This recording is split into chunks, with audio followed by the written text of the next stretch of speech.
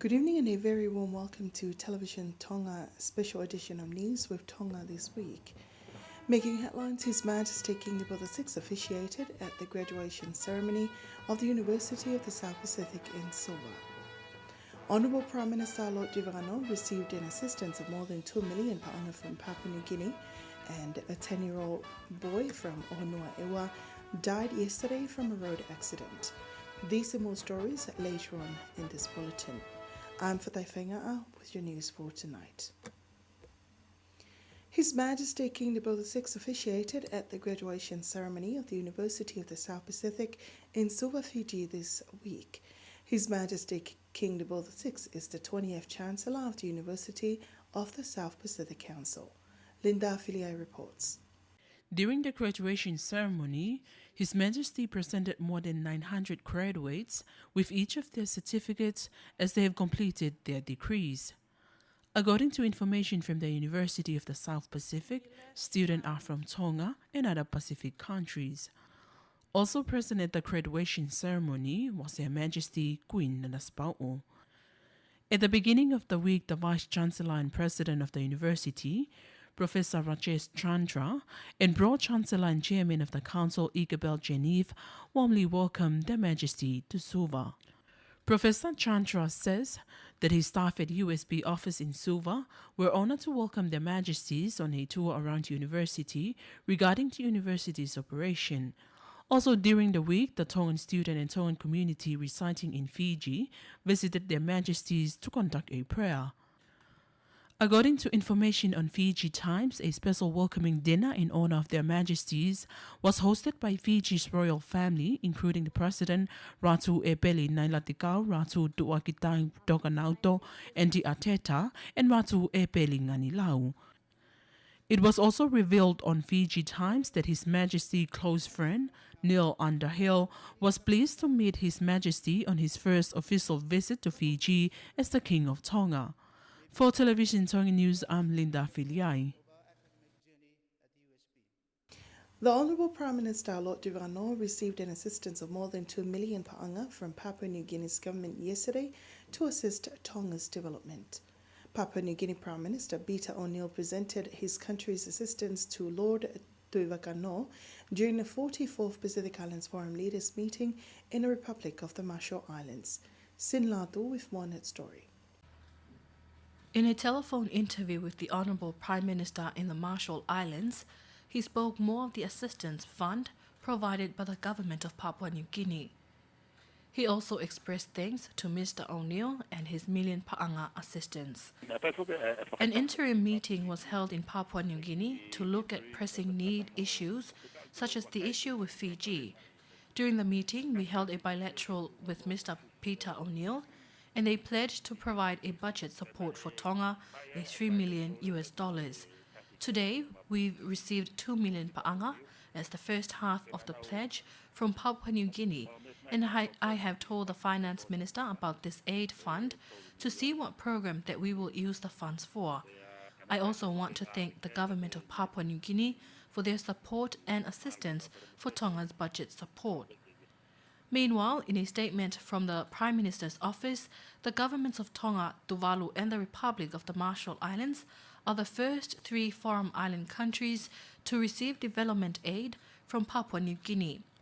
The government of Papua New Guinea has provided previous assistance to neighboring countries in the Pacific, such as Samoa, for acquiring vessels for Samoa's Pacific Forum Line.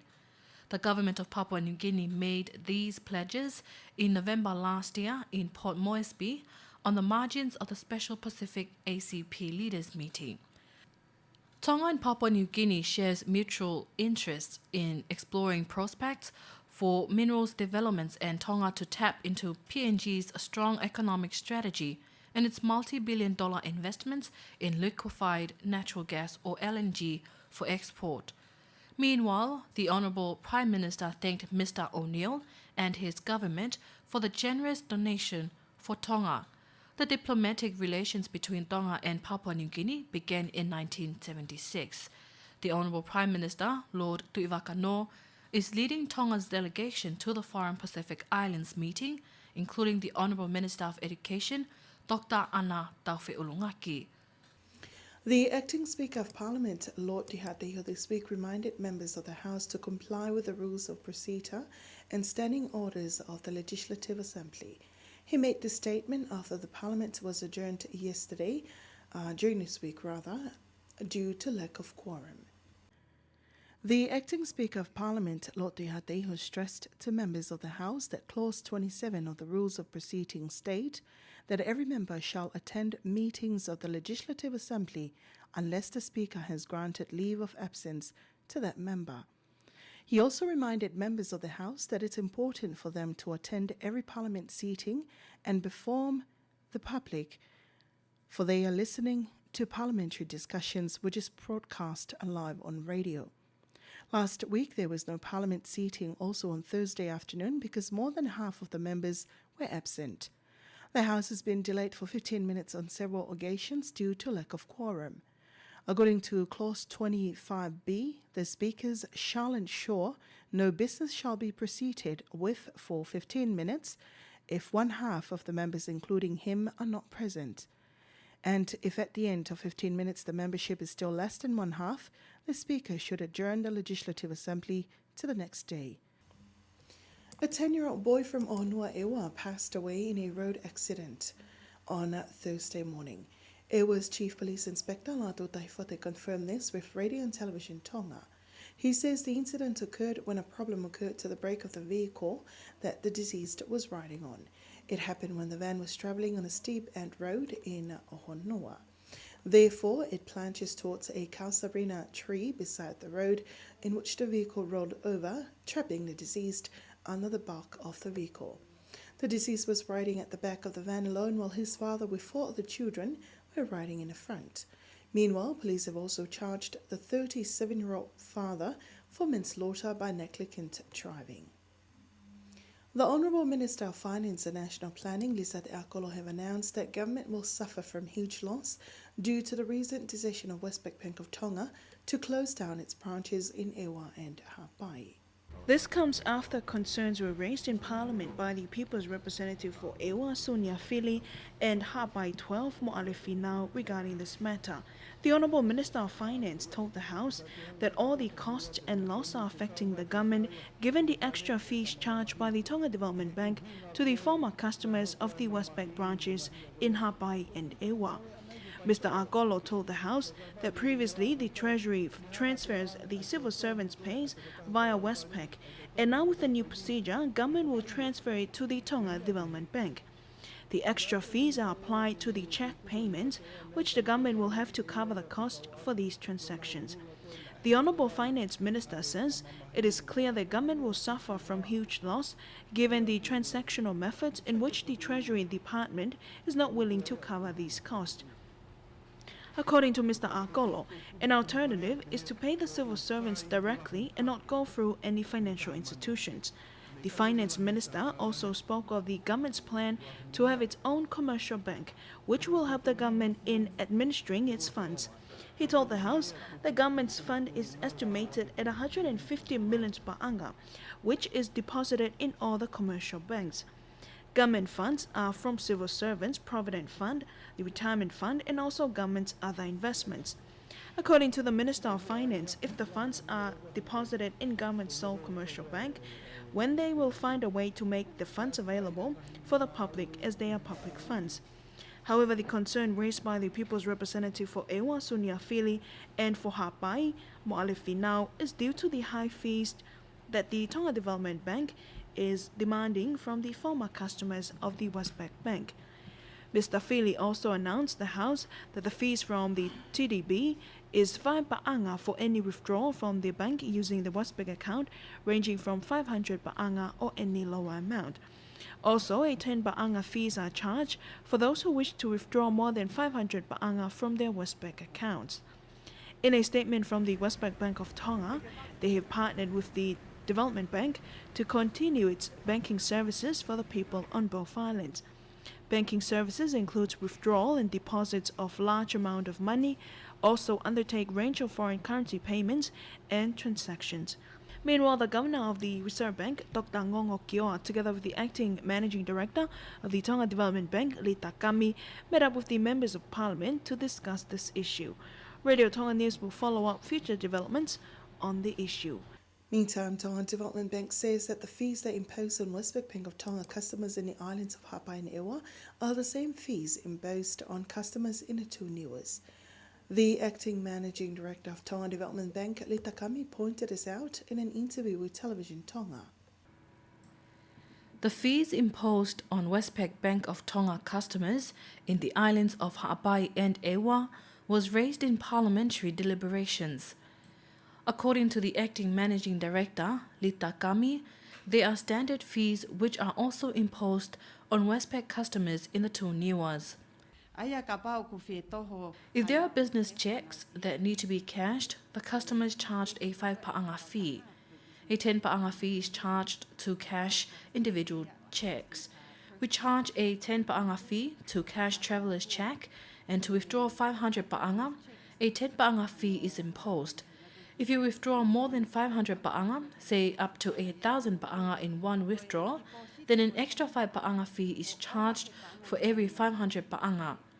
There is no fee charged on withdrawals that are less than 500 pa'anga.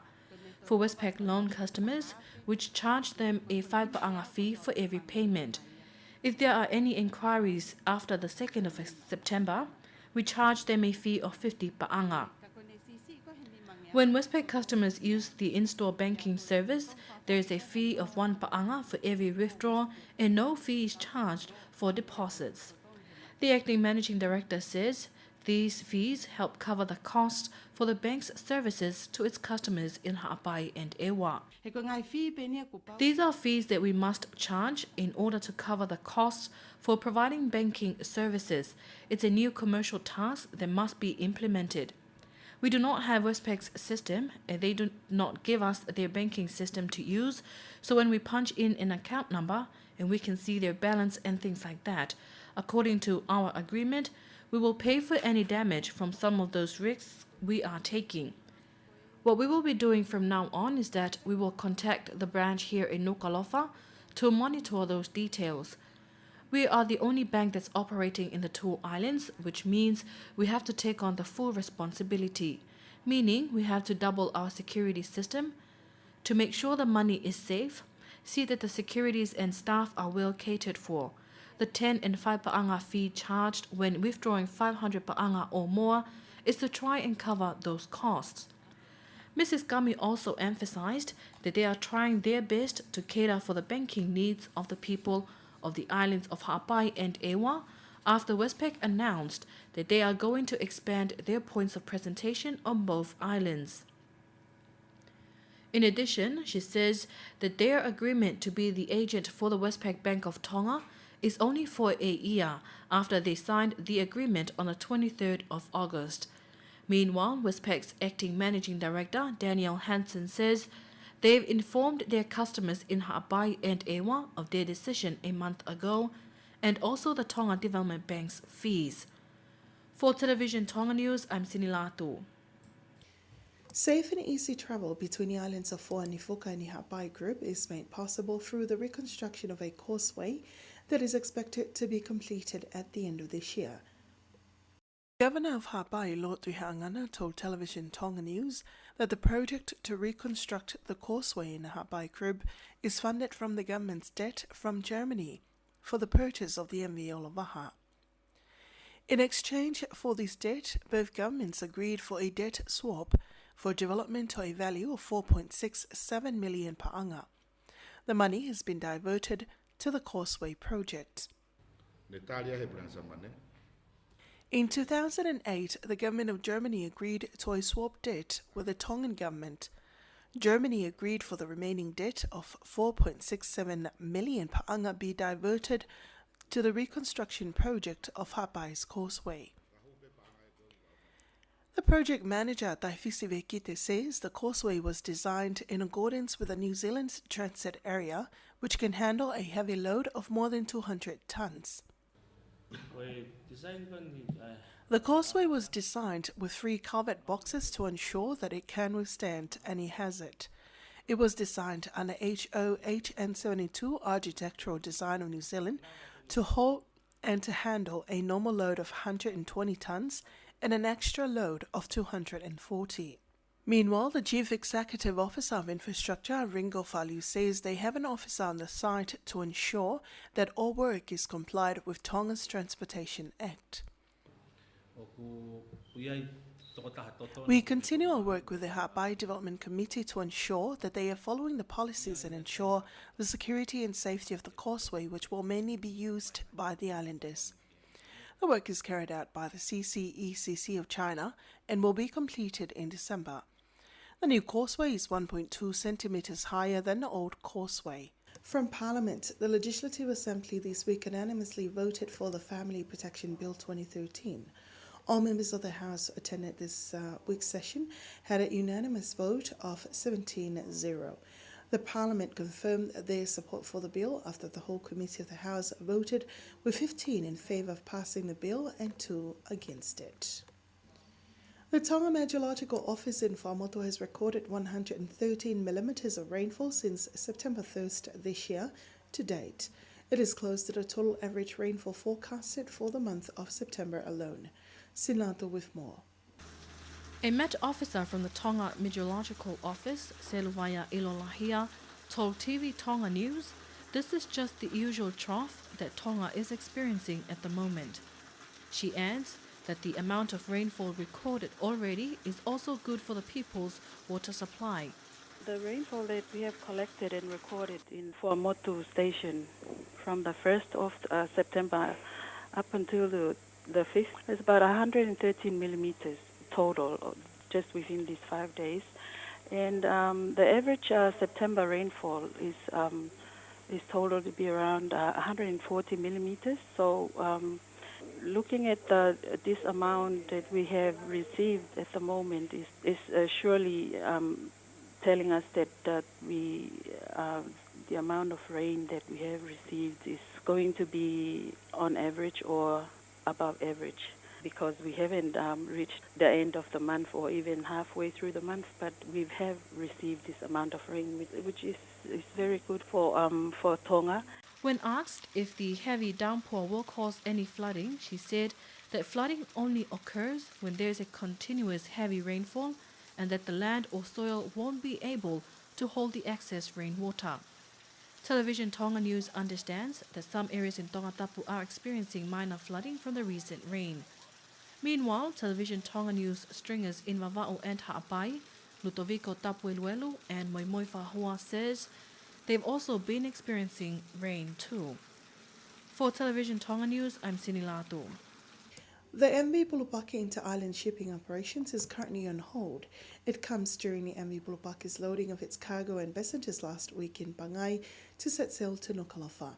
Marine Department of the Ministry of Infrastructure stopped these operations due to MV Bulupaki did not complete its requirements for its seaworthiness. The decision to put a hold towards the operation of the MV Bulupaki was based on a survey conducted last month to review the worthiness of the vessel.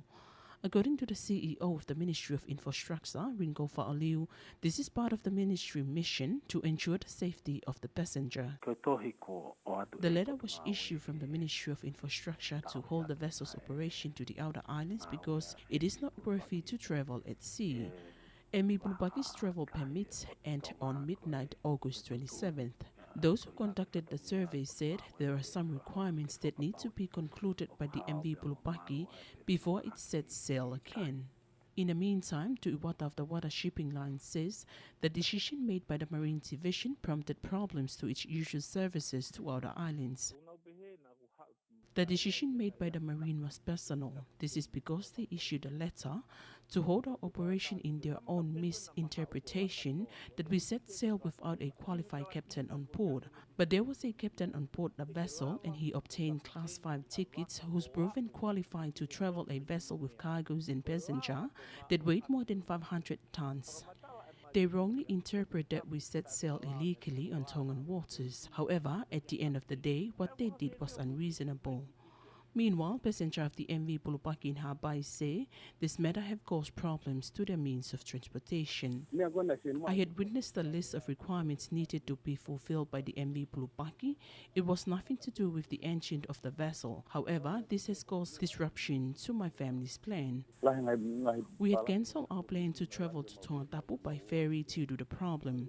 We therefore had to wait on the vessel until it resumes operation. Similar issue was also raised during the Parliament's deliberation by Hawaii Number 12 representative to the House.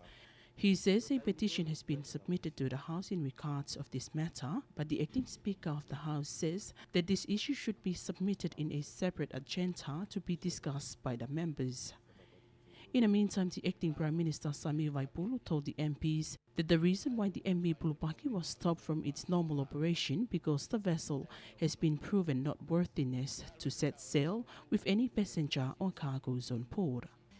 The acting Prime Minister Honourable Sami Vaipulu this week told Parliament that Pacific Aviation Safety Office, BASO, and the International Civil Aviation Organization, ICAO, proved the MA-60 satisfactory to operate domestically.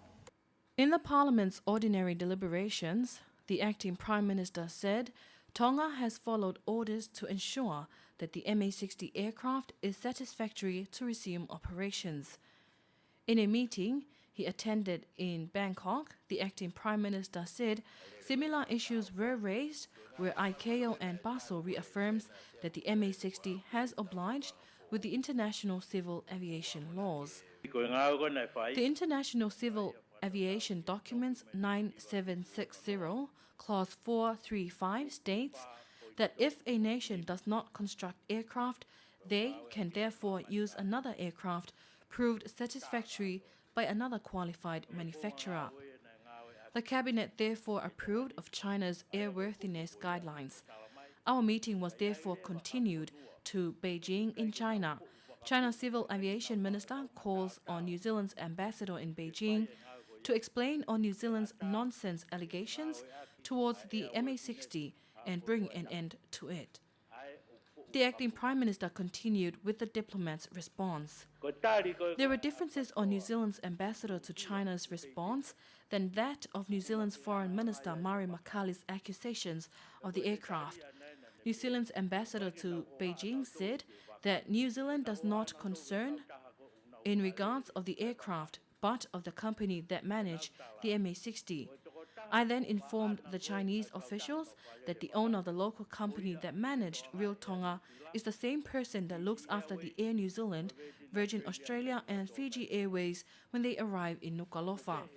However, these series of meetings were prompted after New Zealand's Foreign Minister, Mari Makali, warned New Zealanders that MA-60 is not in a satisfactory state to operate. MA-60 is China's gifted aircraft to Tonga. For Television Tonga News, I'm Sinilatu. The Ministry of Agriculture, Forestry, Fisheries and Food is looking at other sources of revenue for the kingdom, such as the farming of pearls. A professor in agriculture from the James Cook University in Australia, Paul Southgate, is in the kingdom to discuss the farming of pearls with Minister of Agriculture, Forestry, Food and Fisheries. It's very small scale at present, and there is little knowledge of business skills within the pearl farming community, or opportunities or know-how in terms of future development for the industry. So the reason we met with the Minister this morning was to inform him that we met with the Pearl Farmers Association in Bavau earlier this week, basically to forward this, which is a development plan for the Tongan pearl industry. He says if the project turns out well, it will serve a major source of income for the nation, and they can also export it to foreign markets. And collectively they brought us to a point now where we're ready to take the next step.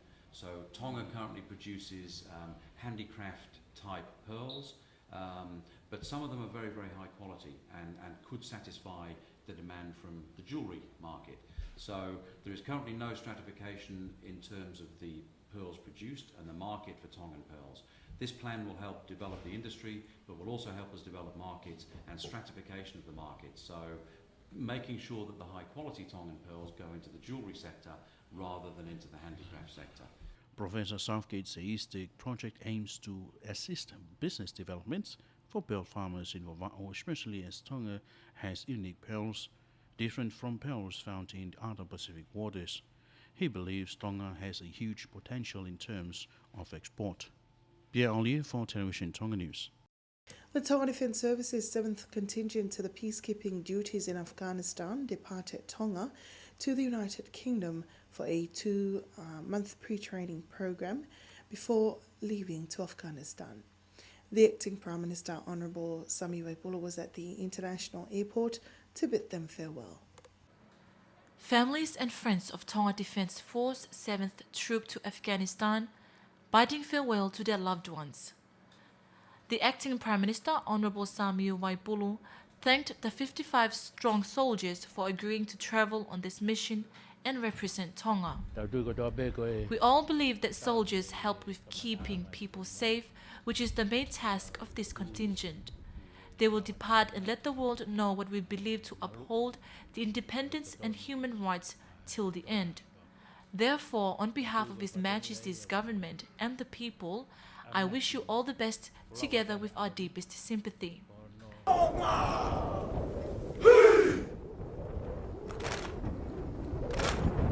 Before getting on the plane, the 7th contingent performed the traditional haka or sipitao for the acting Prime Minister and the defence officials at the airport.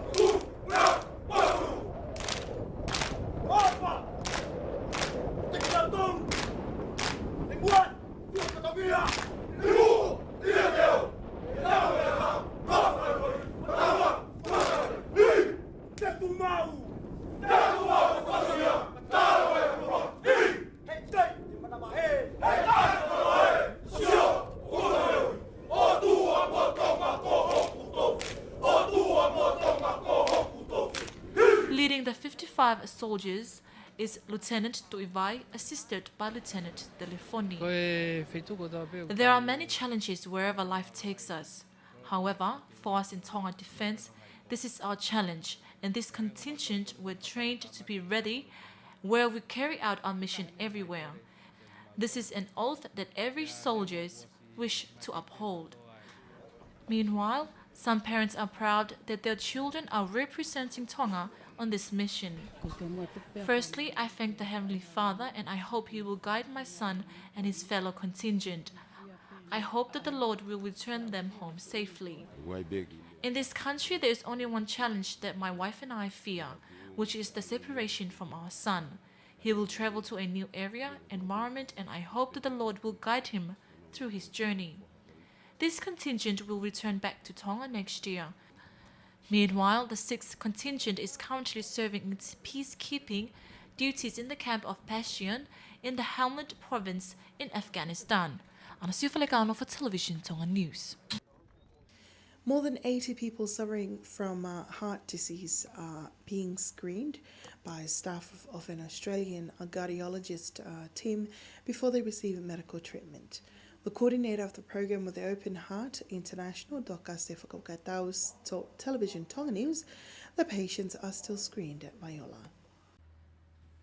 Some of the public waiting to be screened at the clinic in Viola Hospital before they are given heart treatments. Infants up to adults are being screened.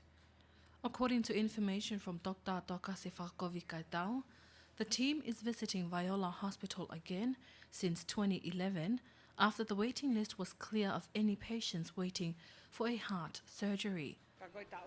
We have an exceeding number of patients this year. There are more than 60 adults and more than 20 are children. Some of those children are just here to get a checkup. We were able to carry out 28 heart surgeries in 2011 within only 10 days. This year, we hope that we can reach that number, and at the same time, we hope to be able to do more. Dr. Falkovika says most of the people being screened are suffering from rheumatic heart disease. She adds that some of those whom they have screened show that it's too late to carry out an operation on them. However, they are still offering them help and treatment. We give them pills. It's the same for all the patients. It's unfortunate for those suffering from rheumatic heart disease because most of them do not feel the pain. like the usual heart disease that older people suffer from. As time goes by, they start to feel weak and feel less energized. Meanwhile, the team, represented by the acting superintendent of Viola Hospital, Dr. Saya Piukala, received donations from the Tonga Development Bank and the MBF Bank. For Television Tonga News, I'm Sinilatu. The Archbishop of the Anglican Church of the Diocese of Polynesia, Dr. Winston Halapua, and members of the Church of St. Paul, this week marked the beginning of a renovation of the church building. The Archbishop, Dr. Winston Halapua, unveiling the left wing of the church that will face renovation work. The priest warden, Sione Moala Mafi, says this is part of developing the church. The extension of the Nuk'alofa Anglican Church building on its western side. St. Paul is one of the oldest church buildings in Tonga, which was built more than 80 years ago. Also, the extension of the church will help to accommodate its members as it has begun growing from year to year. This is one of the elderlies sharing her opinion on this renovation. The extension work will cost the church about more than $250,000 per anga. The approximated time for this renovation is by the end of the year. And that wraps up your special edition of News with Tonga this week. Thanking you all for watching. I'm Fatai Whainga'a. Have a pleasant evening.